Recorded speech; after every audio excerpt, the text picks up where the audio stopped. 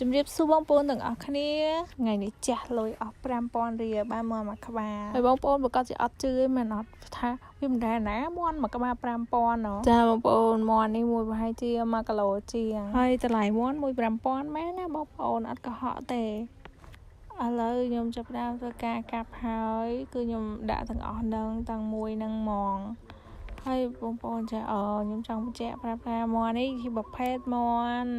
កសិកម្មដែលគេចិញ្ចឹមយកពង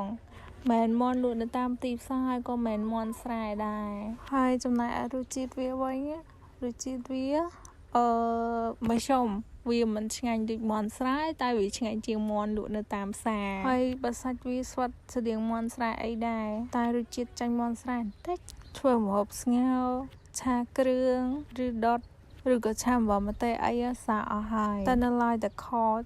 ដាក់ជ្រើអែមឯឥឡូវខ្ញុំចាប់តាមខដាក់ជ្រើអែមខ្ញុំដាក់ទាំងអស់នឹងតែម្ដងតោះនេះជាសាច់មាន់ដែលយើងកាប់បានរួចរាល់ហើយគឺដាក់ទាំងមួយហ្មងហើយនេះខ្ញុំអត់បានថត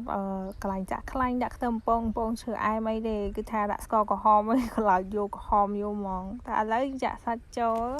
លហើយយើងកូរវាកូរត្រឡប់ឲ្យវាឡើងក្រហមស្អាតយើងកូរឲ្យវាសព្វស្អាតចឹងទៅហើយដល់មកដាក់ស្ករ2ស្លាបព្រាដាក់ប៊ីចេងស្ទើ1ស្លាបព្រាហើយអំបិល1ស្លាបព្រាបាយបងប្អូនមានចម្លែកអីអត់មុខម្ហូបមួយហ្នឹងតើខ្ញុំមើលវីដេអូនេះហើយបើខ្ញុំដឹងថាអូយខ្ញុំអត់តន់ចាស់ផងហ្នឹងឡើងភ្លេចភ្លាំងអីបើសិនជាបងប្អូនដឹងពីមូលហេតុដែរជួយ comment ប្រាប់ខ្ញុំផងព្រោះអីតើមើលវីដេអូម្ដងទៀតបើខ្ញុំដឹងថាខ្ញុំខុសអីតែต้องប្រាប់បងប្អូនថាវាអត់អីទេខ្ញុំអាចកែច្នៃបានអញ្ចឹងហើយក៏អាចញ៉ាំបានវិញធម្មតាហើយខនេះខ្ញុំយករសជាតិជឿងផ្អែមប្រៃហើយពេលដែលក្លិនឈ្ងុយឈើអែមនឹងផ្កាចាំមកទៀតណាអូយនិយាយពីថាជាតិនោះជាតិចាខ្ញុំបង្ងាស់យូរបងប្អូនតែដោយសារថាកាលខ្ញុំធ្វើនឹងពេលល្ងាចទៅដល់ពេលវាល្ងឹតទៅខ្ញុំក៏អត់ថតទេឥឡូវខ្ញុំកាត់មកពេលព្រឹកម្ដងតែភ្លក់ឲ្យបងប្អូនមើលតែម្ដងទៅមិនធ្វើវីដេអូវែងពេក